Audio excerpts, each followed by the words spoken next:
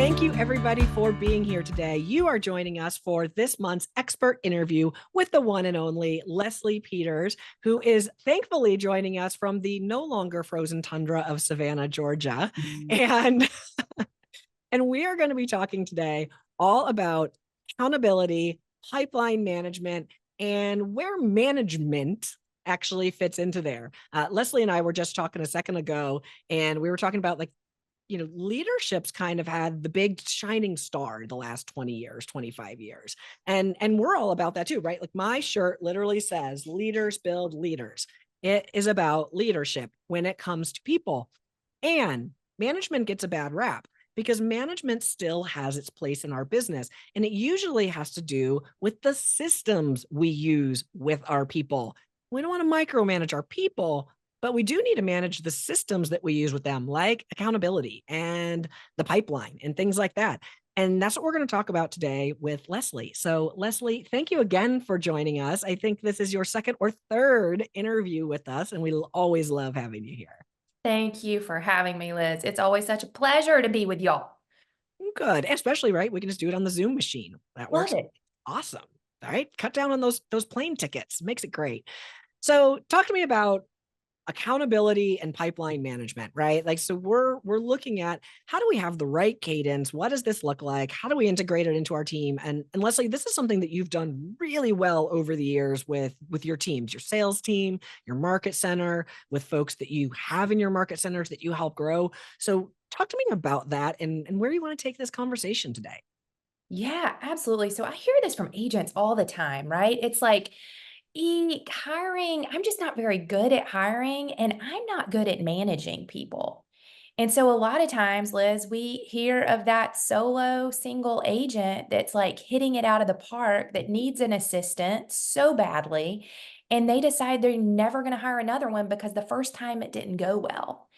And so I think when we think of words that we don't like to talk about as leaders too often, the two that we are kind of cringeworthy, that's actually sad because it's the foundation of our business is lead generation, right? And accountability. And so those two words we throw around. And then when you're teaching a class on it, people want to leave the room because they're like, I don't want to talk about accountability or lead generation. And the Right. truth is that consistency and accountability and lead generation are the key to success of any team. Well, it's And interesting yeah, you say people don't want to make a second hire and the single agent just kind of suffers in silence because the first one didn't work out. And, we always look at it and we're like, well, whether this is your first hire or your 50th first hire, because here's the reality. Most people in real estate didn't get into this because they're like, ooh, I want to lead people and manage systems and hold accountability meetings and hold people's feet to the fire. Ooh, they got into it because they were really good at selling real estate. And by proxy, they needed help, right? They didn't be like, hey, I want to manage people and systems and be a leader. That just ain't how it happened. So if you are on your 50th first hire, it's okay. We can help you and you're not alone. So let me just put that caveat out there really quick. exactly. Like we don't get it right by getting it right all the time. And we learn as much from our poor hires than we do from our great hires, right? We learn from every single person. And so early on, I feel like we got into a really great cadence with accountability. And it truly is what got us from gross a million to net a million in our real estate business. And so just to kind of lay out like what does accountability actually look like on a real estate team and how does that work? The first thing that we should talk about is a morning huddle every single day with all of your team. And a lot of times we as agents, we hire people and we say, just handle it. Like I hired you to handle it. Don't call me unless you need something, right? You, yeah, I did it. You can do it. You'll be fine. I'm busy. Exactly. And so those first 100 days with anyone in your organization feels like micromanagement because if your first 100 days, you should have a minimum of 3 calls a day if you're not face to face with these people. So it's like morning, around lunchtime, and at the end of the day, you have to do those check ins. And I always told people when I hired them, like, it's going to feel like micromanagement for a little And while. it's gonna be uncomfortable and hard and rigid too, right? Hard and Exactly. rigid. But the great news is I if I have to manage someone, they're not gonna stay with me long term. If I have to the daily management, like, that's not gonna happen. So after 90 days, when they're riding that bike by themselves, a lot of agents will pull back, and then there's no accountability. So there has to be this balance, right, of accountability. And I think what that is it starts with a daily huddle because all of your team needs to know what one another is doing. So every morning for us, Liz, it looks like this. What was your win from yesterday? What's your plan for the day? So what's your one thing? And then it ends with motivation. And when you do this every single morning, you have the team cheering each other on for their wins and their plans. I'll never forget one time we had an agent say about our transaction coordinator, he said, I don't even know what you do all day. And I thought, this is a problem. And so having your operations team share your transaction coordinator, your listing manager, what their wins and what their plan is for the day is really helpful in building appreciation for the whole team, right? Yeah. Well, and it's part of the ecosystem. And you said something a couple of minutes ago about the accountability around it. Like we need this accountability, and it starts, especially in the beginning, it starts off as management of it. And it's interesting, when we have somebody that exits a business, I always have my folks ask 3 questions. Ironically, I've gotten to ask these questions to somebody today twice. So there's been some shakeups coming into the new years and teams. And the questions are very simple. Did I hire the right person? Did I train them and set the right expectations? And the third one is, did I do everything possible to hold them accountable to those expectations and coach them? To hold them accountable. If we swoop and poop management or leadership or hiring or whatever we want to call it, right? And we just jump in and we're like, hey, you're going to do these things. You're going to be fine. I did them. I need you to handle it. I hired you to handle it. We're not setting that person up for success. And we're certainly not setting ourselves up for success. But here's the trap, Lesley, right? It's hard doing these things when you're a small business owner and you've got 6 jobs. It's hard to commit to 3 meetings a day. So when we look at these meetings, what do you think they should be? Like, so you already said morning, probably before lunch. I always did my second one right before lunch, and then the end of the day wrap up. But how much time do you believe we need to dedicate into these meetings with somebody? Well, the first 30 days, you may be spending an hour with them every single time, right? Because there may be some training involved. You want them to learn the way and the system that you like things done. And it's going to be an investment. Like people are an investment. So up front, I always tell people you are going to work harder when you're onboarding someone and you're going to think it's not worth it. Like, why did I even hire this person? You But have 2 full-time jobs now. Yeah. But what you have to remember is that 90 days from now, all that stuff that you're worried about doing right now, they're gonna have if you train them correctly and you slow down to speed up, and you're gonna get more of your time back. So it's long term, it's the investment now for the long-term gain, right? Yep. Yep, That's that's it. exactly it. Right. When we look at the I do it, we do it, you do it theory, right? Hiring, it's beautiful in career visioning. We see this great graph and it goes like this: I do it, we do it, you do it. And it shows it that it inverts. Let me give you the other second dirty little secret of the day, guys. It's actually an increasing bell curve before it goes down. It doesn't just magically I do it, we do it, and then it goes down. It's actually I do it, we do it, you do it, right? It's actually more because it's harder work to train somebody, to hold them accountable, to dedicate that sacred space to leading them and holding them accountable. And that's a managing kind of a thing, right? That managing and training, like that's not leadership. That's management and training and just work, the ugly Yeah, stuff and overalls. and you have to time It's not the block fun for stuff. it. Like, you have to time block for it in the beginning and be aware that it's gonna be hard before it gets easier, right? Yep. So, that's with anything worth doing. Anything. let's look at the agent side of things. So we know a lot of first hires on admin go to the 50th hire. Like that can happen because most people were not structured in hiring. But let's say we get it, we nail it. We've got our admin, we've got our transaction coordinator, and we're feeling good. We're pumping out 60, 70 deals a year. We're like, I think it's time to start offloading some of the sales side, right? I think it's time to start bringing somebody in. Where do you see the pipeline management and accountability in this? Oh, I love this. So first of all, I love hiring showing agents first, trying them out, seeing how they do, and let them build up into a buyer agent role. I think it's amazing. I love that. But agents just aren't great with pipeline management at all, Liz. I mean, No. if I look at all of our agent hires, and I was thinking about this, so we started building a team in 2011. I look at all the agents we've had on our team in that period of time, and I can think of one that was great at pipeline management. All the other ones really needed help with it.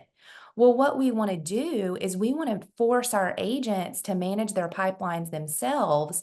And I think if we do that, we're going to get a roller coaster result of production out of them versus steady production. So every week, we would have a 411 accountability meeting with every agent on our team. Now, what did that look like? And this is crucial. Like you have to build time for this. The things we would talk about is how many calls did you make last week? Now, here's the great news. We didn't even talk about calls and conversations if they were hitting their appointments and productions out of the park, right? Like we didn't even focus on lead generation if all their numbers were hitting it. But we're going to talk about what appointments did you go on last week? How many signed agreements?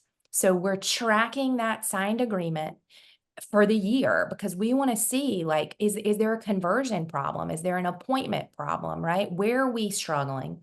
We're going to look at upcoming appointments, what they have, and then we're going to talk about challenges, like what challenges are you having right now? Are there any clients that you need to have conversation and role play around? How can I help you best? And then when you're meeting with all your agents, and Monday afternoon is when I would always do this from 1 to 4 o'clock, and I loved it because I'm giving them 30 minutes every single one. And you start to see themes that emerge, and you start to see agents that do really well with getting the appointment to sign to a client. And then they may be terrible at getting the client under contract. So you're watching themes in your organization. But then the last part of that 30-minute 411 call is you're actually going through their pipeline. And so I think this is, millions are made in the mundane, Liz. Oh, And yes. It's I, the fortune is in the follow up, right? The I fortune think, is in the oh, follow up. I think this is the mundane task for us leaders that we're like, well, I'm not managing anybody's pipeline. Well, if you want a consistent business and you want to find out where your holes are, start managing your agent's pipeline. So here's what I would do. And I loved it. I know you could use a CRM for this, but for me, it was a Google sheet. And I had every agent's A, B, and C buyers. So for an A buyer, I'm looking for 3 to 5 A buyers at all times. An A buyer means I have them in the car and they can close within 30 days. So I want 3 to 5 A buyers at all times. I want double that in Bs. So your B pipeline should be 6 to 10. What does that mean? They're 3 months out or they have one thing standing in the way of buying today. So Ready, willing, able, right? They only meet two of yes, the three. So ready, willing, able, they only meet two of the three. exactly. So you're looking for 6 to 10. Then for C buyers, I'm looking for 10 to 20. And a C buyer typically may be 6 months out or they have two things standing in the way, right? They may be waiting on a job relocation and to sell their home in Nashville before they move to Atlanta. Whatever that is, you're managing this pipeline. Well, when you're looking at this pipeline, your agent is also looking at that same Google sheet. and you're going through with them. And I'm always on the phone. And Liz, the reason I want to be on the phone is because if I'm in front of you, I am going to gab and it's going to be friendly and I am going to be your best friend. But something about being on the phone for accountability just works because you're not looking at them face to face. You remove that familiarity and you're able to keep it very structured and very business. This is why a lot of coaching conversations take place in a phone circumstance, because it removes that comfort of familiarity. Now, you said a couple of things on there that I want to backtrack and I want to highlight on before we get more into that pipeline. You said, I like to dedicate from 1 to 4 to knock all my agents out on a Monday afternoon. Like, that is crucial as we see people step into truly the rainmaker role. And when they have multiple agents on their team and they're doing one-on-ones and accountability, you said Monday and in the afternoon in this time block. I cannot impress upon all of you enough how crucial it is that those are time blocked next to each other, right? If you're like, oh, I got Lesley on Monday and I got Liz on Tuesday and I'm going to have Angela on Tuesday afternoon, they won't happen. And you're switching gears and it's hard. Every time you switch gears, it takes more brain power, right? The second thing you said is you've had one agent that was like really good at this, and everybody else, you really kind of had to keep them engaged in it. By the agent's natural behavioral profile and natural ability to be a really good real estate agent, that's actually generally what makes them really bad at managing a pipeline and paperwork and follow up and all those mundane things. Because the agent, by nature, likes a hectic, fast paced, fly by the seat of their pants tornado environment where they're just hunting and closing and talking to people. They don't like to do the business side of it.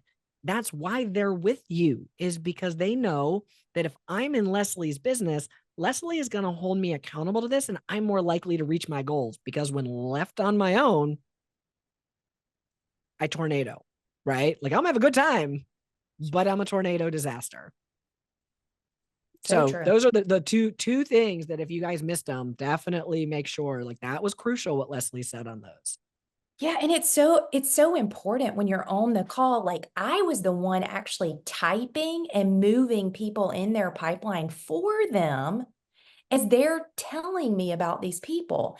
And what I would find is we would have a C that should be an A, right? And oh my gosh, we just found a buyer that's ready. You need to call them. Like they said February, right? Where are you with them? And so it goes back to millions are in the mundane, and so many of us don't want to slow down. But if we do, we can have a predictable, consistent business, and we can make sure all the agents on our team have a predictable, consistent business. Because if I look at their pipeline and I say, "Eek, you only have 2B buyers," right?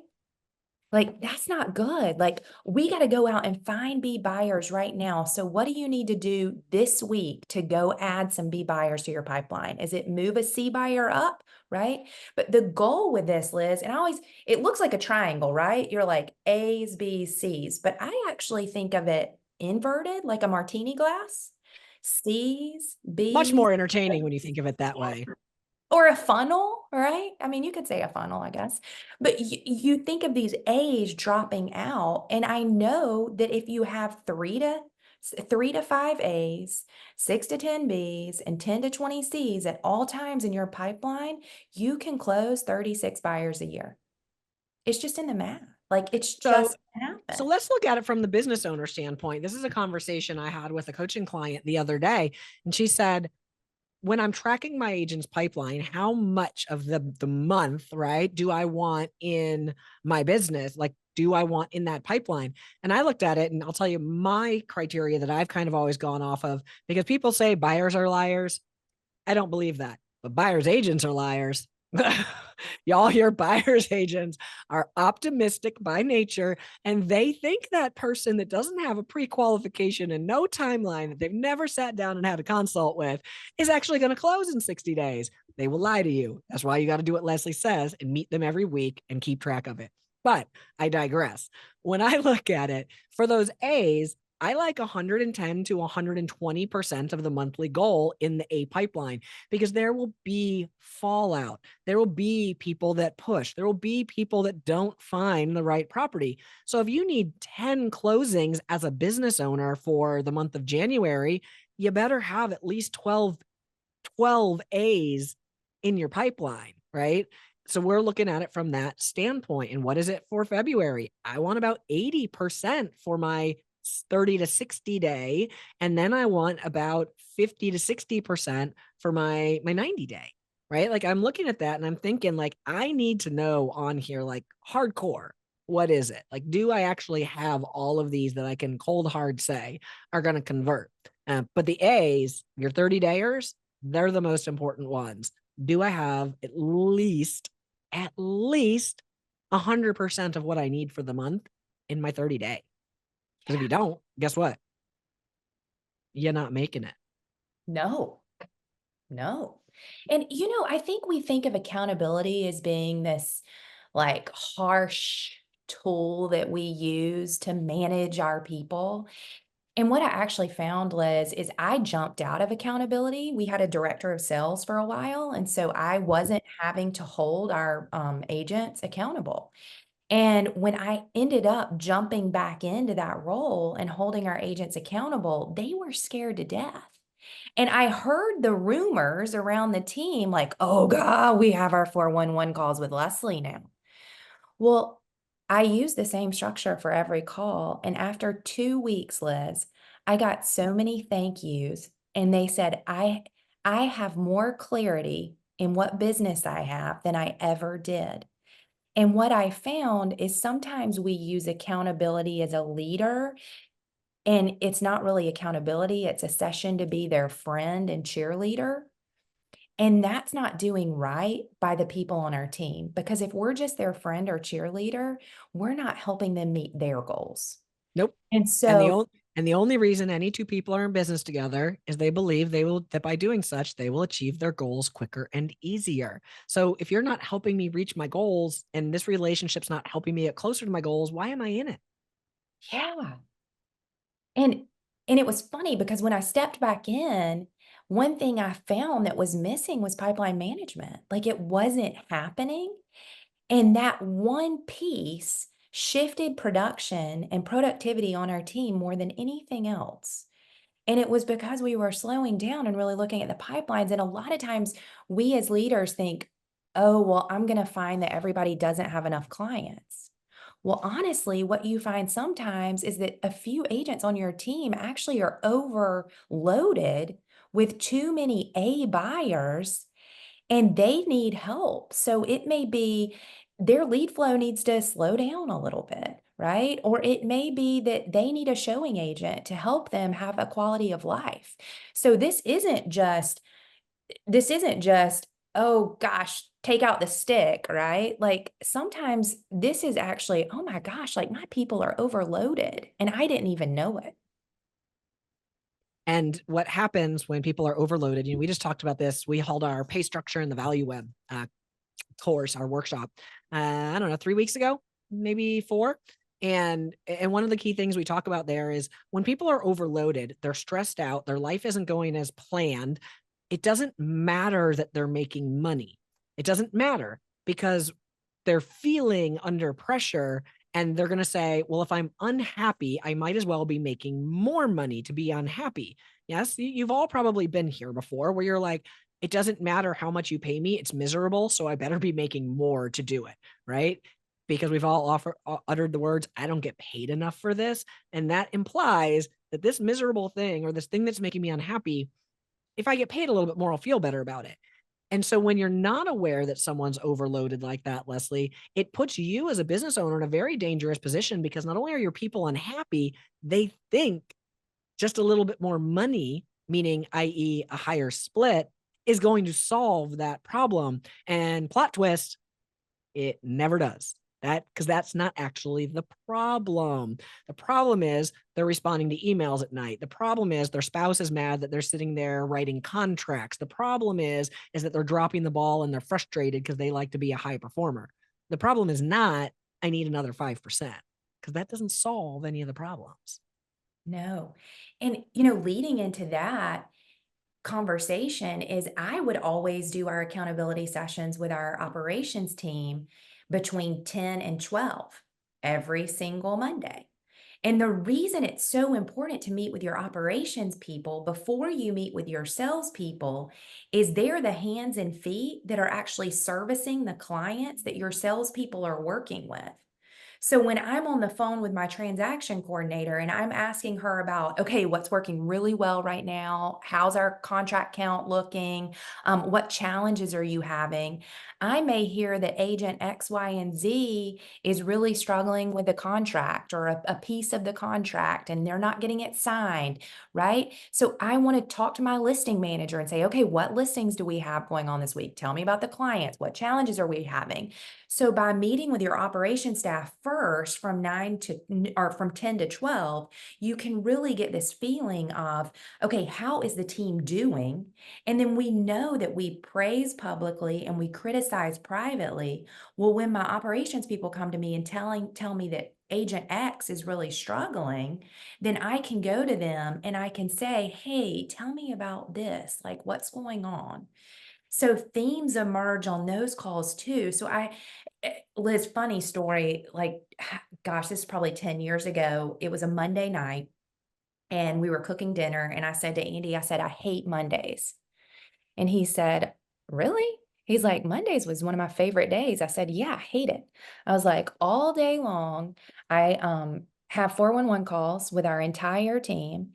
And I check out at 5 o'clock and I have hundreds of emails to respond to. And I said, I just don't get anything done. And Andy looked at me and he said, say that again? And I said, yeah, I just don't get anything done. And I slowed down and he was playing coach that day and not husband. I was going to say, I can see Andy just going into calm mode and kind of coaching you through it. Meanwhile, I'd be like, what did you say? No, let me tell you.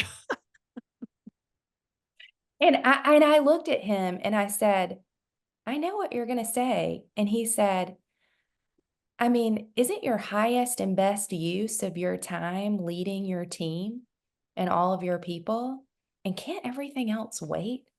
And I was like, yeah. And Liz, we came up with a saying that day that we still use today. We say Mondays are grow days. So we don't call them Monday, we call them grow day because we're helping all of our people grow, but it also in turn grows us. And so Monday for me being accountability day and grow day is the best day of the week. And I make more progress on that day than any other day. And so I would encourage anybody listening to this, if you've really struggled with a schedule for accountability, like I love my Monday because it starts by my coach pouring into me and then I get to pour into everyone else. It just sets up I your week. love that. Well, and it's that block, right? I think Mondays for some people are just total disasters. I get it. Mhm. You folks that are out there still active agenting, you're negotiating on Mondays. Monday might not be the best for you, but I highly advise that it's where you start your Tuesday at bare minimum, and then it's your Tuesday block. And then Wednesday, you're back into real estate.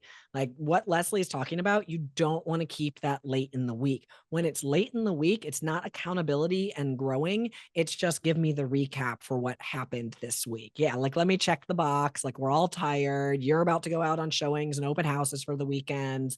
Like, it's not as productive. Like Monday, Tuesday, at the latest, right? But chunk it into those times where this is where I'm working on the business. I'm leading my people. I'm pouring into them. I'm hosting the team meetings. We're working on development, not just selling real estate, right? Because it's important and it's a great way to start the week to keep people in the right mindset.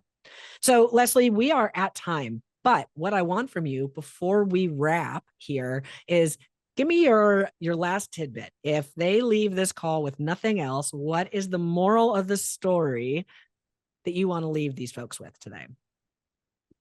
Gary said something, gosh, 10 years ago, probably, Liz, and it stuck with me. And he said, when the coach is a player, the accountability is impure. Ooh. When the coach is a player, the accountability is impure. And so often when we're out there selling houses too, it's really easy to buy into the excuses that our agents or our operations people have. And and that's dangerous, right? That's a slippery slope. So if you really hold a day sacred and that is your accountability day, and you are a coach, remember that's your number one thing. You are a coach that day, and not don't slip, right? Don't miss meetings. Don't show up late to their accountability sessions because it shows that they're not important and they are important. So go lead, go coach. Don't be a I player. love that. I love that. Love that. All right. Thank you, everybody. I appreciate you all being here. If you have any questions for myself or Lesley, you can hop into Facebook and find Lesley or I, where this video will be live posted. You can comment on that post. Lesley and I will be happy to answer any of the questions you do have. But for now, we have got to bounce to get Lesley back to her day and y'all back to your day. So, Lesley, as always, super valuable. I know everyone loved your session today. And we look forward to having you on here again for another expert interview. Thank you Thank so you. much, Liz. Bye, I'll see guys. y'all later. Bye bye.